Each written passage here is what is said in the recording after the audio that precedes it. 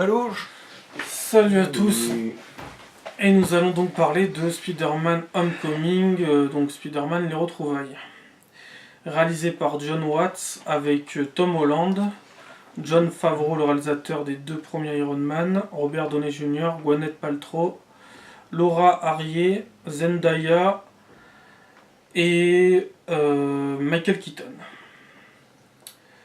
Bon alors pour les bons points de ce nouveau film Marvel, alors moi je vais commencer par déjà le caméo de Stan Lee. J'en ai entendu beaucoup le critiquer, le caméo de Stan Lee. Bon, pas le pire, hein. Moi je trouve que c'est pas le mieux, mais c'est pas le pire. Hein. Il était marrant le caméo de Stan Lee. D'ailleurs il y a des fans de Marvel qui font des théories comme quoi Stan Lee jouerait tout le temps le même personnage dans tous les films. En gros, il serait dans l'espace, et maintenant il serait dans la rue. On n'est pas arrivé. Il y en a, ils font ça. Hein. Il y a des théories tellement intellectuelles. On en parle aussi du caméo qu'il a fait dans Princess Diaries, un film Disney. Il doit y avoir un univers étendu là-dedans. Après, il y a des références. Donc, par exemple, on a Jennifer Connelly qui jouait Betty Ross dans le premier Hulk de 2003. C'est la compagne de Paul Bettany, l'acteur de Vision. Et c'était elle qui jouait donc la voix animée du costume de Spider-Man. C'était une référence. Après, on a quelques autres références comme, je sais pas si vous avez remarqué, dans le lycée on a des apparitions sur des portraits, comme c'est un lycée de brillants élèves. Il y a des portraits par exemple de Bruce Banner, il y en avait un de Howard Stark. Il y en avait un d'Helen Shaw, celle qui avait fabriqué en partie la Vision. Oui, ça c'est... Oui, ça. Bon après, oui, c'est vite fait, mais oui. Après, on a aussi le principal. Le principal du collège de Peter Parker. C'est le même acteur qui jouait une personne du commando de Steve Rogers dans le premier Captain America. Et dans les comics, c'est censé être un de ses arrière-petits-fils. Soit ça, soit ils recyclent leurs acteurs. Non, ils recyclent pas leurs acteurs. Et puis on a aussi quelques bonnes références. Je peux prendre comme exemple, moi, celle qui m'a fait très plaisir. Vers la toute fin du film, déjà on a le retour de Gwyneth Paltrow pour Pepper Potts, ça fait plaisir. On a le retour d'Happy Hogan en garde du corps Tony Stark, ça aussi ça faisait très plaisir de le revoir. Et on a la scène... on a l'Iron Spider. C'est donc Tony Stark il veut lui donner la tentation à Peter Parker de tout de suite le prendre. Et il le prend pas comme dans les comics et ça s'appelle donc l'Iron Spider. Ça tombe bien, je préfère le design du costume de base, moi. C'est le costume sans doute donc, qui sera mis pour Peter Parker dans Infinity War.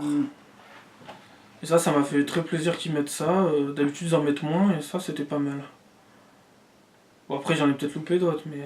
Après oui c'est vrai qu'ils sont allés fort au niveau référent dans celui-là. Hein. Celui-là oui pas mal. Il y a beaucoup de... Je me ferai bien tort. Je tuerai Hulk. Faut pas rêver non plus. Après il y a les références qu'il fallait, donc comme dans les comics, le damage control qui est censé nettoyer ce qui se passe derrière les super-héros. Ce qui n'est pas le cas dans DC Comics, ils n'ont pas une entreprise de nettoyage. Et ça il fallait l'expliquer, je me doutais qu'elle allait forcément apparaître dans un Spider-Man, mais quand, je savais pas, donc c'est là, c'est bien. Parce que là oui c'est les vautours... Après, comparé à DC Comics, c'est pas vraiment très inédit, étant donné que dans DC Comics, les super-héros, ils sont pas présents depuis très longtemps, donc ce serait normal qu'ils n'aient pas encore eu l'occasion de mettre en place un système comme ça. Oui d'accord, mais je pense qu'ils le mettront jamais. Je pense qu'ils le mettront jamais. Quand tu vois les dégâts qu'ils font pour certaines petites scènes, des fois, ils détruisent des villes entières. Donc là, tu peux pas justifier après qu'il y ait quelqu'un qui est venu nettoyer, quoi. Après, c'est clair que sur le coup, c'est vraiment le vautour, les origines. Voilà. C'est vraiment le gars, les vraies origines, et en plus le gars qui fait de la revente de matos et qui s'en sert, quoi. Le vautour, qui reprend des vieux matériaux pour classe, construire. Oui, il est classe. Dans les comics, c'est censé être un mec en costume de vautour. ce qu'ils ont fait, la petite touche de mettre la petite veste de Michael Keaton avec des sortes, on va dire, une petite fourrure qui Une fait veste plume, d'aviateur, ouais. quoi. ça sortait bien. Et même un peu, je trouvais le fait que Michael Keaton il soit chauve et il avait un peu des cheveux. Oui, ça c'est vraiment. ça donnait vraiment l'aspect vautour en version humaine, quoi. C'est vrai que c'est bien trouvé ça. Ça, par contre, c'est bien. Même les rides un peu de Michael Keaton donnent un aspect tête de vautour. Ouais, c'est vrai qu'ils l'ont super bien cassé pour ça pour le coup, mais. Ça, c'était pas mal. Même si j'ai un peu du mal avec Michael Keaton pour certains trucs, ça, c'était pas mal aussi. Surtout dans le rôle de Batman. Ouais, bah après, ça c'est en Après, fonction du question goût, de mais. goût, hein. Alors, le fait voilà, qu'ils reprennent des anciens matériaux de d'autres méchants, ça, c'est legit. Et donc, en plus, on a la petite référence à Avenger avec les Chitauri. Et la petite référence avec. Ça, c'est un bras Le bras d'Ultron. d'Ultron, ouais. Donc, c'est pas mal. Alors, vous, je sais pas. Bah après moi j'aime bien comment justement ils sont passés pour le côté technologique justement pour reparler pour continuer de parler du vautour, oui parce que oui l'origine technologique fallait que ce soit cohérent et ça c'est super bien trouvé. Ensuite il y a l'histoire voilà, après il y a tout ce qui est monté avec l'histoire du twist etc. Par rapport au fait que c'est finalement Peter Parker il en pince pour la fille du vautour Attention, finalement, spoil, hein. et c'est oh bah ça, tout le temps qu'on fait des trucs, on a toujours tout dit nous hein. Ouais. Donc techniquement ça voilà. Et tout ce petit enchevêtrement fait d'ailleurs il fait une super scène dans la voiture etc. Où il y a une super C'est la seule performance. scène où on sent vraiment une grosse tension. Là. Et puis aussi Tom Holland, même si j'ai encore du mal à m'habituer à sa tête, l'acteur qui joue donc Spider-Man, mais il joue bien. Et la scène dans la voiture, il joue bien. Il joue bien le gars qui est intimidé, qui est à la fois un peu Qui se pose des frustré, questions, qui se pose voilà. des questions. Il joue bien. Il Il fait, se pas démerde juste, bien. il fait pas juste la tête de quelqu'un qui est en train de se chier dessus, hashtag. C'est pour ça que cette scène est excellente. Et je pense qu'il y a surtout plus... Alors je dis pas que Michael Keaton il joue mal dans cette scène, au contraire. Mais je trouve que Tom Holland a donné la bonne nuance pour faire que les deux, ça fasse vraiment une bonne scène de très... Ouais, ils fonctionnent bien Attention, ensemble. Très tendu, ouais. Sinon, bon après il y a le déroulement de l'histoire qui fait, bon après il n'y a rien de spécial à dire là-dessus.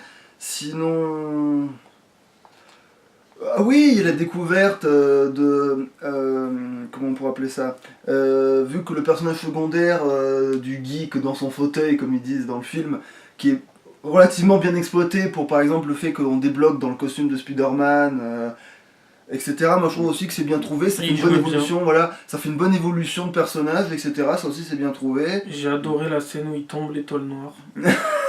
C'était vraiment bien. Les références à Star Wars, Ouais. très bien. Moi, ce que j'ai aimé, c'est surtout le coup du logo de Spider-Man qui se transforme en mini-drone pour aller espionner. J'ai bien aimé ce détail. Ouais, bah ça c'est aussi bien respecté. Mais ça c'est du coup c'est propre à comment on pourrait appeler ça. Alors bon, par contre, j'en entends plein dire Spider-Man, on dirait Iron Man. Non. C'est pas parce qu'il y a un peu de technologie. Non, c'est quand même pas Iron Man, faut pas abuser. Il a pas des rayons laser, il a pas des. Oh, il a des toiles taser quand même. Ouais mais les toiles elles ont toujours pu faire des trucs dans Spider-Man, quand tu connais le Spider-Man, tu sais toujours qu'il sait faire des trucs, parce que techniquement c'est une tête Spider-Man aussi à la base. Mais Donc, je voyais oui, sur des bouquins, les premières critiques du film, c'était ça quoi. C'était non, Spider-Man, ce n'est pas Iron Man, non.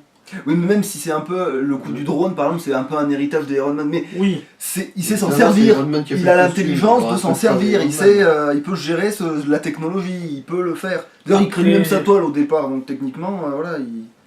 après, j'avais entendu pendant le tournage que Tom Holland, quand il avait découvert son costume, n'était pas super content de voir la gueule du costume. Et pourtant, là, j'étais content du costume parce qu'il était bien Ouais, il rendait repris. bien. Repris. Après, bon, il y a par contre l'Iron Spider qui, bon, dans les comics est jaune et rouge. Et là, ils ont fait Ils ont mieux fait de faire ça, ouais. Enfin, c'est un rouge peu et débile, noir. ça. Et rouge et noir, eh ben, je préfère. Le noir, en plus, Spider-Man, des fois, est un personnage assez sombre par moment. Et donc, je pense que dans quelques années, ça sera pas mal. Ouais, parce que le jaune ça fait vraiment trop... Non, le jaune, La non. fille. C'est pas une couleur que j'adore. Ouais, donc, ça fait pas... Ça va à personne en plus, donc... ça va qu'Iron Man.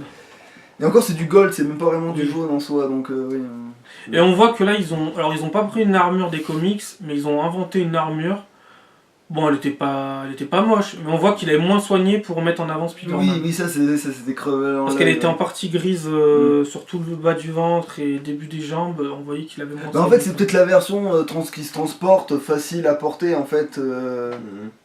Bah non, celle-là, il l'a mis dans le... Oui, dans oui, le- mais c'est peut-être une version améliorée de celle-là. Oui, sait on pas. pourrait se dire ça, Mm.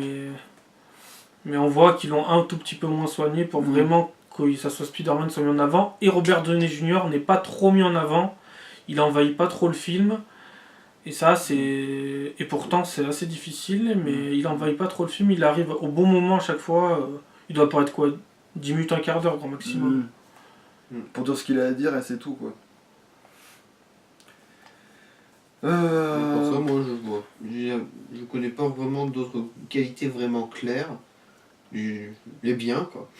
Après, il y a aussi ce qu'on appelle les semi-qualités, genre ce qui n'est pas vraiment ni bon ni mauvais, c'est propre à Spider-Man, par exemple, d'être un peu lourdingue avec certains son humour, mais il y en a qui sont mieux gérés que d'autres, et en fonction de ton humeur. C'est vrai que moi je le trouvais quand même moins drôle que dans Civil War. Peut-être parce que dans Civil War, bon, il y avait plein de personnages autour, mais je le trouvais un peu moins drôle. Des fois, je le trouvais presque plus drôle son copain, son soi-disant copain entre guillemets dans le fauteuil, avec le coup genre t'es Spider-Man, je lâche l'étoile noire par terre ou qu'il lui pose toutes les questions plutôt Ou que. quand un prof le surprend en train de faire du hacking sur son ordi et lui demande ce qu'il fait, il dit je regarde un porno. De toute façon, Tu l'as bien choisi celle-là. Ouais. Et voilà. Voilà, parce que sinon, oui, en fait, ils ont essayé de faire un peu pour tout le monde, et voilà quoi, c'est. Donc voilà. Et puis aussi, j'ai aussi bon petit truc à rajouter aussi, c'est que comme dans les comics, il y a donc Steve Rogers qui fait un peu, on va dire, des petits dictons à la télé dans le lycée de Peter Parker, et ça aussi oui. c'était D'ailleurs, très la dernière vidéo post-générique est un joli troll que je dois avouer m'a bien fait marrer. La dernière Où Steve vidéo Rogers de- nous parle de la patience. La dernière vidéo de Captain America est gênante. Ouais, ça, c'est clair, ouais. Allez, Et c'est de la n'oubliez provoque, pas les limite. enfants, ne mangez jamais de neige jaune. Hein. C'est ça Ça, d'être patriotique. Voilà, non, mais- Bon, c'est la dernière, j'espère. Voilà. Voilà pour les bons points. Hein. Bon, après, on va voir pour les mauvais points après. Qui commence? Moi, le seul mauvais point que j'ai vu, c'est bizarre d'ailleurs, c'est que le film était bien, mais je trouvais que certaines scènes étaient pas bien, filaient pas bien. Quoi, elle pétait un peu le rythme, tu veux dire? Ouais, il n'y avait pas un rythme très soutenu par moment. Je trouvais ça, enfin moi j'ai ressenti ça, et des fois... Ah oui, Mais c'est des fois, il y a vrai. des trucs qui te sortaient un peu de l'histoire générale parce qu'on te faisait une scène où c'était la vie naturelle de quelqu'un et des fois ça coupe un peu le rythme dans un film super. Après, par exemple, il y a une scène qui pétait un peu le rythme, c'est quand Peter Parker se retrouve enfermé dans une espèce de zone sécurisée après. Ouais, celle-là, C'est un peu je l'ai trouvée longue. Et surtout, d'où tu parles de tes peines de cœur et une intelligence artificielle. Ouais, mais ça c'est pour faire rire. Oui, voilà, mais ça c'est Ouais. c'est le côté. Pour qu'il apprenne à se servir de ses toiles, d'ailleurs pas très bien, mais oui. De toute façon. Ouais, malgré que j'ai beaucoup apprécié ce film, mais des fois il m'arrivait de le trouver long. Je sais pas, je l'ai quand même trouvé long. Alors il durait 2h13, mais par moments je le trouvais un peu long. Et c'est bizarre parce que j'ai beaucoup apprécié. C'est peut-être le premier film que j'apprécie, mais que je trouve long. Par moment. Après, moi, il y a un personnage qui m'a un peu gêné, genre, le personnage qui se fait appeler Flash. Genre, c'est le mec, comme ça, on sait pas pourquoi, il déteste Peter Parker. Genre, comme ça. Bah, j'ai cru qu'ils allaient faire apparaître, comme d'habitude, le gosse qui va devenir Venom, mais ils l'ont pas mis là. D'ailleurs, ce. Ah, donc mec ce sera Flash, pas celui-là qui deviendra. Ben, il est canon. Il y a le deux Spider-Man. versions de ça. T'as la version où Flash Thompson, ça devient Venom, Ouais, ça et doit t'as être la ça, version c'est- Eddie Brock. Donc là, ce serait Flash Thompson. Bah, peut-être que ça sera Flash Thompson, mais comme c'est le premier, ils peuvent aussi mettre le personnage d'Eddie Brock qui est aussi un lycéen. Parce que là, il aussi. le présente vachement minable pour quelqu'un qui est censé devenir. Ouais, Oui, et plus, puis. Peter Parker, c'est aucune raison. Genre, il a répondu mal à une question, Peter Parker a bien répondu à une question, ça y est, ils sont ennemis jurés. Ouais, mais on peut dire aussi que Et c'est des lycéens. Ils se prennent la tête sur rien. Oui, c'est vrai que c'est des conneries. Et Ouais, puis mais c'est peut-être aussi- jaloux. Je pense que c'est surtout qu'il est jaloux. Dans le film, ça peut s'expliquer parce que en amont, il connaît Tony Stark et tout le bordel, alors il traîne avec ces gens-là, et du coup, là, tout de suite, le gars, il a trop les boules, c'est tout, généralement. Comment tu veux qu'il ait les boules, il y croit même pas. Oui, mais il fait semblant de pas y croire, mais en vrai, au fond de lui, il est complètement convaincu. Mais après, Flash Thompson, si c'était celui-là, j'ai rien contre les couleurs des gens, mais un Venom qui soit mat, non. De toute façon, on s'en fout, une fois qu'il sera recouvert du Venom. Oui, mais des fois tu le Mat, verras ouais. et Ouais, non, non. j'aurais du mal à Et accepter ça surtout, bizarrement. oh la vache. Normalement, c'est un Peter grand Parker, blond. Peter Parker, Oui, oui, sérieusement, c'est clair, c'est vraiment mauvais comme. À la base, c'est censé être un Oui. grand blond baraqué, machin, Tu qui disais fait. Surnommé Peter Parker, excuse-moi, mais c'est un peu à chier. Bah, il comme le faisait vanne. aussi dans Sam Raimi, hein. Bah oui, hein. Oh mon dieu. Tout le temps, hein. Mais oui, ils l'ont toujours fait cette Mon vanne Dieu. pourrie. Peter Parker, c'était tout le temps dans la trilogie de Sam Raimi. Ah, mais oui, Black Scato in the Dans le Force, premier, Heureusement, je l'ai pas mais- regardé depuis des années, sinon, sérieusement, ça aurait été gêné. Dans moi. le premier, quand il va se faire piquer par l'araignée, juste avant, il se fait tout le temps insulter. Hein. Bah oui, hein, c'est oui, Ah, c'est la bisu. hein. vache, c'est une blague vraiment de niveau primaire pourtant. Oui, mais là, ça colle mieux Ouais. avec des lycéens, des Oui. vrais lycéens. Oui, parce que quand c'est Alors le dans gars Sam du Raimi, restaurant, ils avaient 30 ans, Sam c'est Raimi. carrément le gars du restaurant, oui, qui l'appelle Peter, alors que. Oui, Ouais, bon, même c'est en italien, mais... oui, mais c'est injustifié de toute façon.